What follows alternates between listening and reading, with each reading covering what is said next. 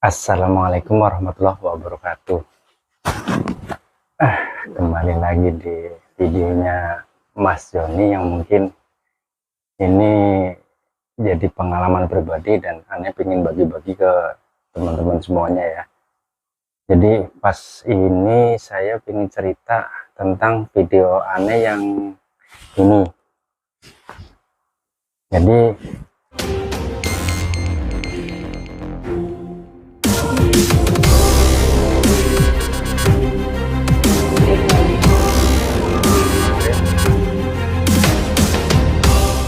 pas itu aneh dapat orderan di pickupan yang pertama. Itu aneh langsung dapat telepon dari customer, terus aneh angkat nih, dan dia ternyata minta buru-buru. Setelah minta buru-buru kan karena pickupan kedua ya, berarti aneh langsung cerita aja, oke bu, ntar aneh nyamper ke sono.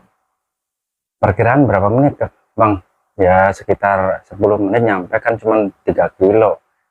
Oke, ini kok orang langsung telepon ya. Kalau pikiran gua kan kayak gini nih, kalau customer dia langsung telepon, pertama dia karena buru-buru, kedua biasanya itu customer baru. Dan pas gue cek setelah gue pick up yang pertama, gue cek pickupan kedua, ternyata bener ini GK91 yang orderan memang reguler.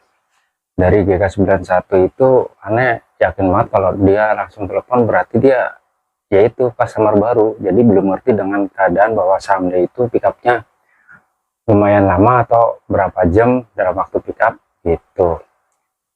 Dan kejadiannya pas aneh mau nyamper ke sana dengan kondisi yang alamat yang tertera di aplikasi kan nomornya nomor 2 nih. Ternyata di sana pas gue nyampe tempat itu rumahnya itu nomor 2 itu rumah kosong. Ya aneh telepon dong buat mastiin bahwa ini bener nggak rumahnya nomor 2. Nyampe aneh balik lagi ke security. Karena itu tadi nggak pas aneh telepon itu nggak diangkat-angkat sama customernya, jadi aneh langsung nanya ke security, pak dengan nomor ini, alamat yang terada di aplikasi ini, itu bener nggak yang nomor itu? Bener mas, cuman itu kan rumah kosong. Emang namanya siapa? Oh namanya si ini. Oh itu mah nomor 3, sebelahnya persis. Aduh, ini gue udah curiga dengan alamat yang pickupan aja udah nggak bener nih. Nah, terus nyampe sono aneh gedor-gedor nih pintu. Misi Gojek. Lama nih nggak keluar-keluar. Pas keluar, ngasih barangnya lumayan gede sih, satu dus segede dus sarimi lah, gede dikit. Kalau nggak salah sih itu makan dus apa ya, pokoknya segede dus sarimi lah. Pas mau aneh pick up, bapaknya ngomong, hati-hati ya mas, itu barangnya makanan. Oh iya pak. Dan pas itu aneh juga bilang, pak ada plastik nggak buat nutup atasnya, ini takutnya nyampe sono keadaannya hujan. Oh aman deh mas, kayaknya sih nggak hujan. Oke, aneh sebenarnya sih udah feeling gak enak nih dengan barang itu. Setelah nyampe tempat, aneh foto lagi nih dengan alamat yang dituju dengan nomor 15. Aneh kasihin ke orangnya yang ada di nomor 15. Yang terima bapak-bapak, dan bapak-bapaknya itu setengahnya kaget. Barang dari mana mas? Ini pak dari sono. Maaf pak, saya bilang begitu nih ke bapaknya, pak maaf pak, jangan dibolak-balik, isinya makanan. Oh iya, oke makasih ya pak. Si customer bilang begitu, ya aneh jawab, oke makasih pak, mari. Aneh pergi dong. Antar berikutnya, setelah selang berapa hari, sekitar 2 hari mungkin, katanya si orangnya telepon aneh karena kondisi barang katanya nggak nyampe. Dan pihak Gojek pun mungkin dia udah laporan nih ke pihak Gojek, jadi pihak Gojek pun telepon sampai 2 kali, cuman aneh nggak angkat karena kondisinya HP di dalam kontrakan dan lagi dicas, aneh lagi di luar nih, jadi nggak keangkat. Esoknya harinya Gojek pagi-pagi telepon lagi, dan mastiin dengan nomor orderan ini Bapak belum antar ya.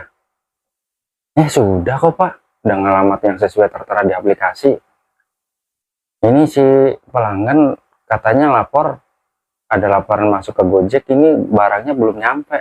Aduh, feeling gak enak, nyampe juga ke gua. Dan ternyata pas kita samperin ke sono, kondisinya bapaknya gedor-gedor langsung marah-marah nih ke aneh. Nggak cuman bapaknya, ibunya juga. Terus keluar lagi anaknya ngomong-ngomong lagi. Jadi kondisinya di situ aneh sebenarnya pengen ngelurusin kebenaran itu, bahwa barang itu nggak nyampe. Nah, gimana mau ngomong, ditabrak-tabrak terus sama 3 orang itu kondisinya. Dan pas nggak lama aneh bilang ke ibunya, emang alamat yang benar nomor berapa Bu? Ini alamat yang benar nomor 5, terus barangnya kemana Pak? Kok nggak nyampe? Nah, ibu bikin alamat nomor berapa? Biasanya nyampe Pak, itu biasanya alamatnya selalu nyampe. Dan ini orangnya keadaannya lagi sakit. Astagfirullah, aneh sampai bingung karena di kondisi itu barangnya pas dia bilangkan makanan, aneh bingung kok ini kok udah 3 hari nih. Kalau ambil ke sana barangnya udah pasti basi. Pertama, kedua, ini makanan buat orang sakit katanya. Kok nggak bisa, nggak nyampe gitu. Ya balik lagi ya, kalau nulis alamat baiknya di situ mamanya alamatnya tertulis pas kita nyari GPS itu nggak bener. Kita mau nganter nomor 5 nih, ternyata di GPS itu tertulis nomornya 15. Ya baiknya dikasih note bawahnya lah. Ini buat customer harusnya ngerti ke situ nih.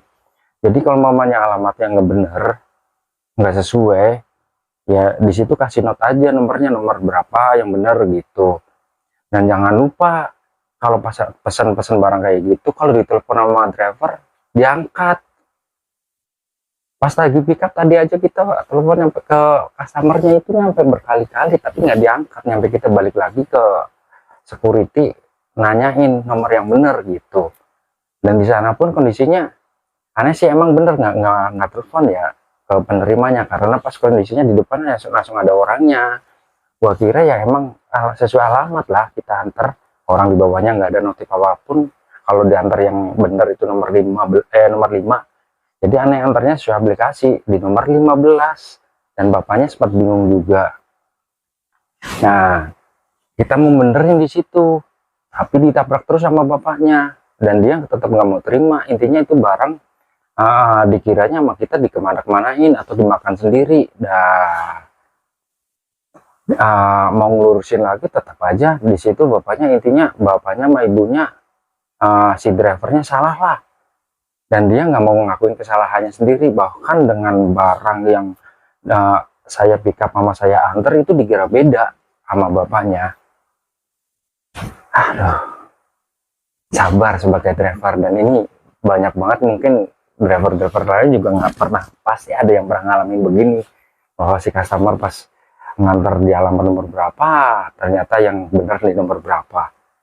Ya karena di situ kondisinya pas lagi aneh benerin itu tetap aja si customernya nggak mau setuju, nggak mau ngelurusin. Intinya dia minta dibalikin tuh duit atau barangnya dibalikin. Tapi kalau barangnya dibalikin kan percuma aja, orang itu udah 3 hari, sedangkan itu barang makanan. Nah di situ mulai nggak kondusif nih.